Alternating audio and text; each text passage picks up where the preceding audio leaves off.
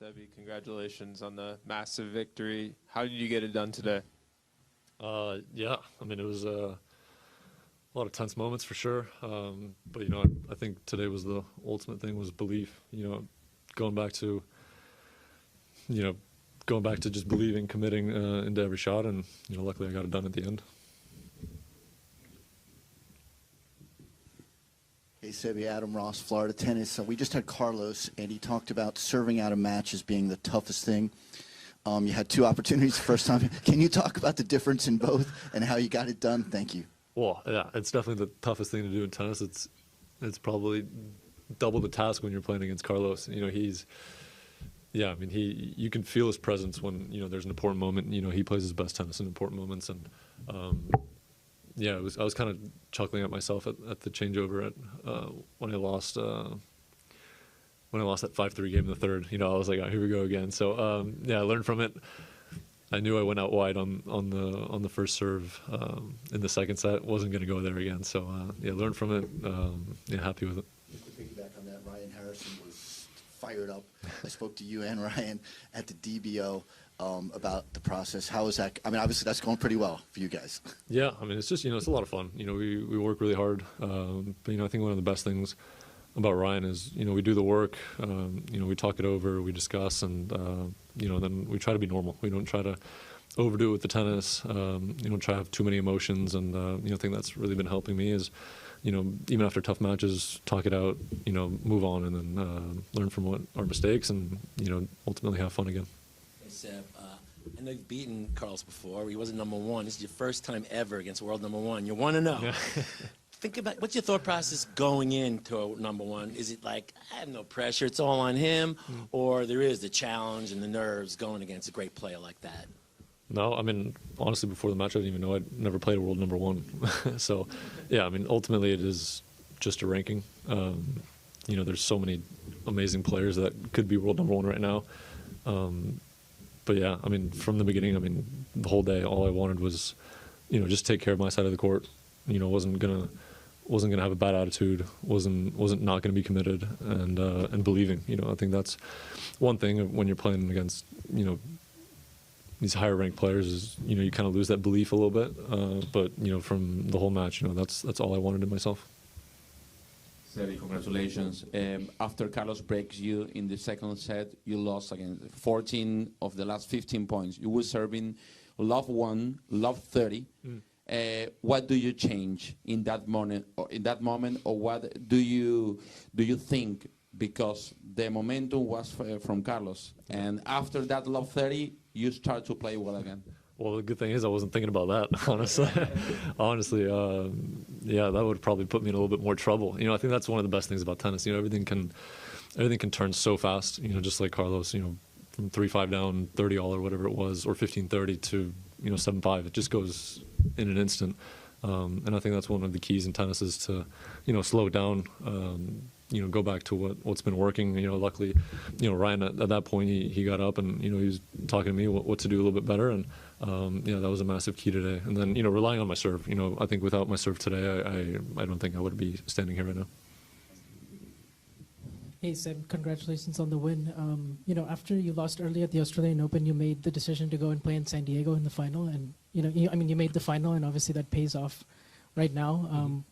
But you lost the final to Svida on the same day that Alcaraz won the career slam. So I'm just kind of wondering, what does that say to you about the depth of men's tennis, and also how you were able to get the win today? I mean, it's tricky for sure. Obviously.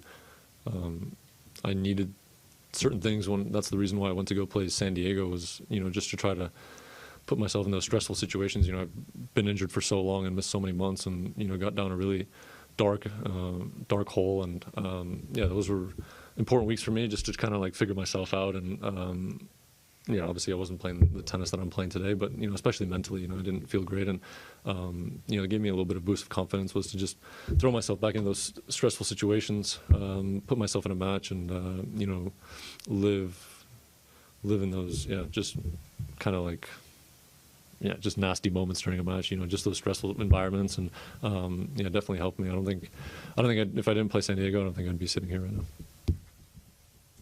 Congratulations. You mentioned in the court after you won that you did some soul searching. What does that mean for you? Take us through that mindset. Yeah, actually in Dallas, I was actually super fortunate. John McEnroe was playing a EXO there.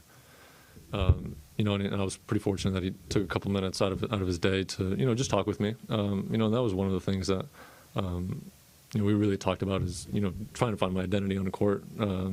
Just talked about how we are as, or how I am as a human being, the things that I'm going with. And, yeah, he was great. You know, just taking the time out of him, you know, especially a player like him, incredible commentator as well. And you just kind of see how he sees my game, what he thinks I could use, you know, to try and play better tennis. And one of the things he said was, you know, you gotta go soul searching. You gotta figure out who you are. You gotta figure out why you play tennis, why you love tennis. And yeah, I think that's been a massive key for me. And you know, grateful that he took the time out of his day to do that.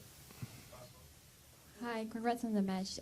Today, a lot of the people were rooting for Carlos. How did you handle that on court? Did you silence them, or like did that fired you up? How was it? No, I love playing in like a hostile environment. You know, luckily, I've played some of my best tennis in you know, when crowds against you. But you know, they were great both sides. They weren't you know, doing anything towards me. So yeah, it's a lot of fun. You know, especially when the crowd gets going. It doesn't matter whether it's for me or against me. You know, I really enjoy playing in those environments. And you know, hopefully I can keep climbing the rankings. You know, and hopefully people can come and support me and you know, try to yeah, just try to enjoy the moment a little bit more. I got you, man. What's up? Yeah. You talk about sort of that dark hole you were in, and obviously you've been someone sort of a lot was expected in your career for a long time. You know, I'm sure you expected things for yourself as well. Like, how do you sort of pull yourself out of that when things haven't been going the way you probably hoped for years at this point? And what was sort of the key to sort of thinking there was a light at the end of this tunnel that maybe you've just reached in bright sunshine today?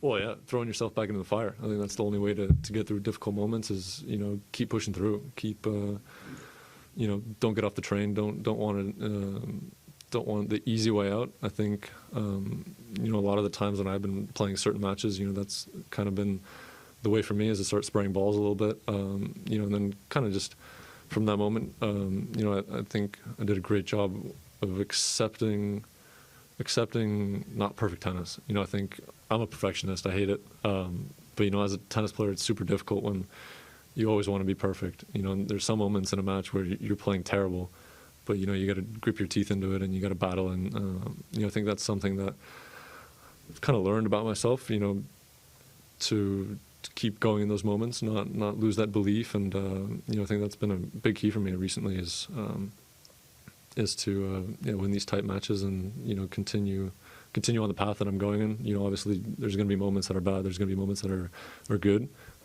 but, you know, continue with the work, continue not doubting myself as much and not